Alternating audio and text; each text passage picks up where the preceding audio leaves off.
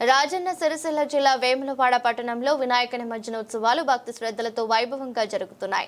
పట్టణంలోని వివిధ కాలనీలో ప్రతిష్ఠించిన గణనాథుడి విగ్రహాలను భక్తులు శోభయాత్రగా ఊరేగిస్తూ చివరగా గంగమ్మ గుడి చెరువులో నిమజ్జనం చేస్తున్నారు. డప్పు చప్పుళ్లు, సాంస్కృతిక నృత్యాలు, కోలాటాలు, భజనలతో పట్టణం పండుగ సంబరాల్లో మునిగిపోయింది. మహిళలు, యువత, చిన్నారులు పెద్ద సంఖ్యలో పాల్గొని ఉత్సవానికి ఉత్సాహాన్ని మరింత జోడించారు. నిమజ్జనోత్సవం విజయవంతం కావడానికి వేములవాడ మున్సిపాలిటీ ఆధ్వర్యంలో ప్రత్యేక ఏర్పాట్లు చేయగా జిల్లా పోలీస్ శాఖ సుమారు 200 మంది సిబ్బందితో కట్టుదిట్టమైన భద్రతా చర్యలు చేపట్టింది.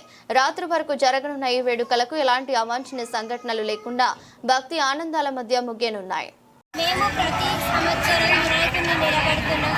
ఆ దేవుడి దయ వల్ల మేము ఎప్పుడు అన్నదానం, వస్త్రదానం అన్ని చేస్తాము. ఆ దేవుడు మనల్ని చల్లగా చూడాలని అనుకుంటూ ఈ నిమజ్జనాన్ని భక్తి పాటలతో నిమజ్జనం చేస్తున్నాం. దాదాపు 43 years అవుతుంది మేము పెట్టి వినాయకుడిని.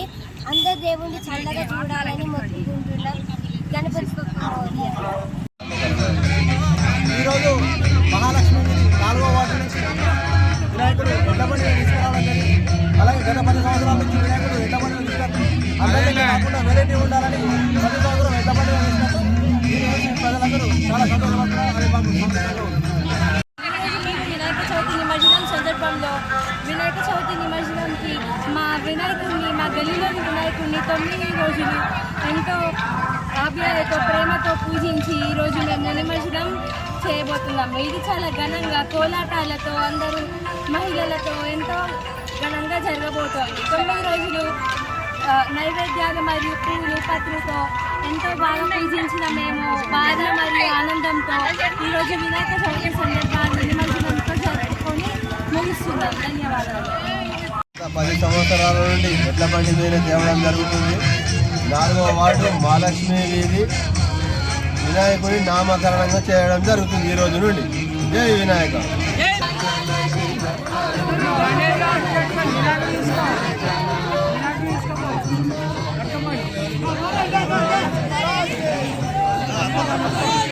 జై 1893 సంవత్సరంలో బాలగంగాధర్ తిలక్ గారు అవగాహన చేసి మన భారత ఐక్యత పెంచడానికి, మన సంస్కృతి కల్చర్ని పెంపొందడానికి ప్రారంభించిన గణేష్ నవరాత్రి ఉత్సవాలు.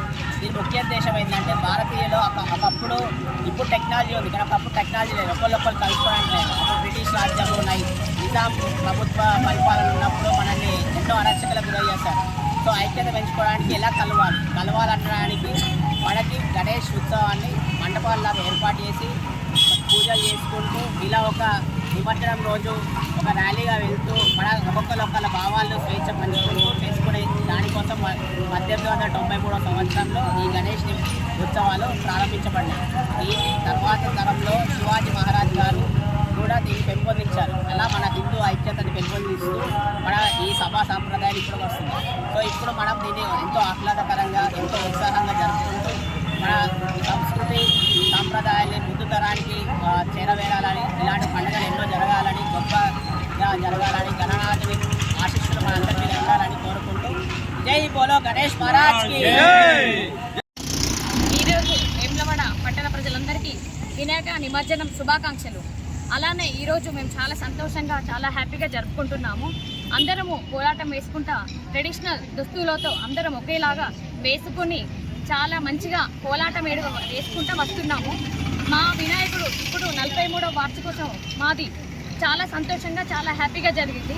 దేవుడికి రకరకాల పూలతో, దండలతో రోజుకో రకంగా మేము వినాయకునికి సేవలు చేస్తున్నాము. అలానే ఒకరమే కాకుండా అందరం కలిసికట్టుగా చేస్తున్నాము. అలానే ఈరోజు మేము చాలా సంతోషంగా మేమందరం కలిసి ఇక్కడికి వచ్చి చాలా హ్యాపీగా సంతోషంగా చేస్తున్నాము. అలానే రోజుకి దండలని, ప్రొద్దున అభిషేకం అని, మధ్యాహ్నము భజన అని, మళ్ళీ సాయంత్రం నైవేద్యాలని, రకరకాల పూలతోటి పండ్లతోటి అభిషేకాలు. అలానే ఈరోజు మేము అందరం చాలా కలిసికట్టుగా కోలాటం వేస్తున్నాము. చాలా హ్యాపీగా అనిపిస్తుంది. ఇది చాలా సంతోషంగా ఉంది. చాలా హ్యాపీ అండి. ఓకే అండి, థ్యాంక్ యూ. ఏదైనా కార్యక్రమం నిర్వహించాలంటే టీమ్ స్పిరిట్ కావాలి. దానిలో ముఖ్యంగా మనము హిందువుల సాంప్రదాయాల పండగ మన నవరాత్రులు. మన నవరాత్రుల వెనుక మనకు ఎంతో ప్రాముఖ్యత దాగి ఉన్నది. అలాగే ఈ నవరాత్రుల పరంగా, విద్యా పరంగా కానీ, వ్యాపారంగ పరంగా కానీ ఎన్నో విధాల నవరాత్రులు కొత్త ఉత్సాహాన్ని నింపుతాయి.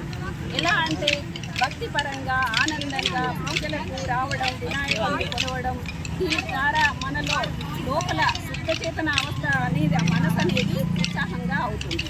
దానివల్ల మనం టీము పరంగా ఇది ఐకమత్యంగా నిర్వహించే పండుగలే కానీ ఒక్కరు ఇద్దరు చేసే పండుగలు కాదు.